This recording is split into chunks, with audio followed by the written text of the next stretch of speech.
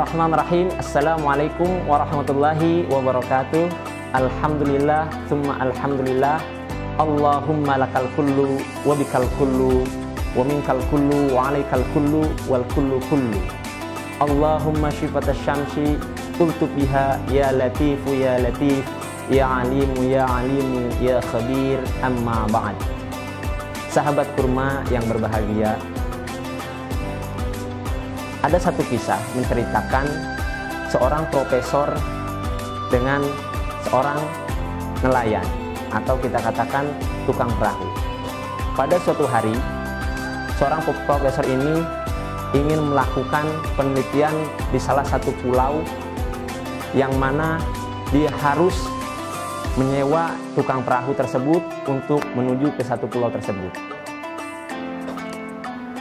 Di tengah perjalanan, di tengah-tengah perahu, profesor ini bertanya kepada tukang perahu tersebut, "Tukang perahu, mohon maaf, saya ingin bertanya." "Baik Pak Profesor." "Bapak pernah belajar biologi?" Dijawab sama tukang perahu, "Mohon maaf Pak Profesor, saya tidak pernah belajar biologi." Dijawab sama profesor, "Maka Anda kehilangan 30% dari hidup Anda."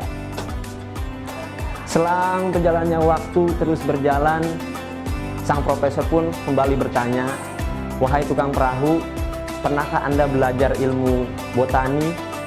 Dijawab sama perahu tersebut, "Saya tidak pernah belajar ilmu botani." Dijawab sama profesor, "Maka Anda kehilangan lagi 30% dari hidup Anda."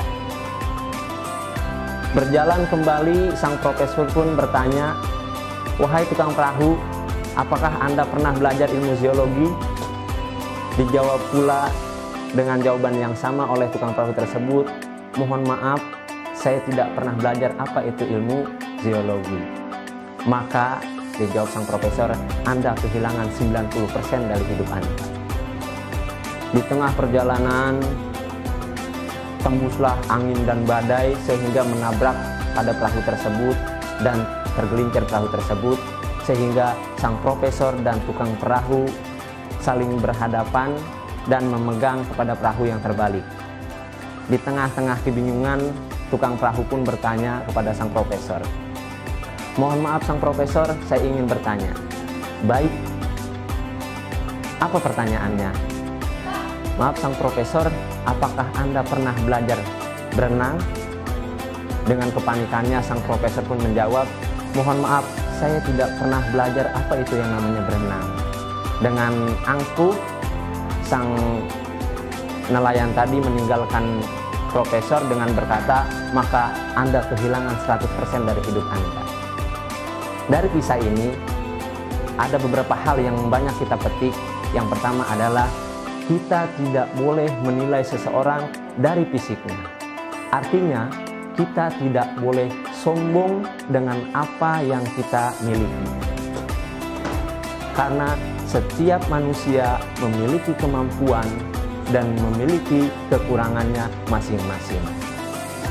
Kelebihan seseorang bisa melengkapi kekurangannya seseorang yang lainnya. Insinyur yang handal mungkin dia tidak bisa melakukan apa yang dilakukan oleh tukang kayu. Tukang kayu pun tidak bisa mengerjakan apa yang dikerjakan petani. Bahkan petani pun tidak bisa mengerjakan yang dilakukan para pembisnis. Ini semua bukanlah perbedaan. Ini adalah keanekaragaman yang mana satu dan yang lainnya saling melengkapi.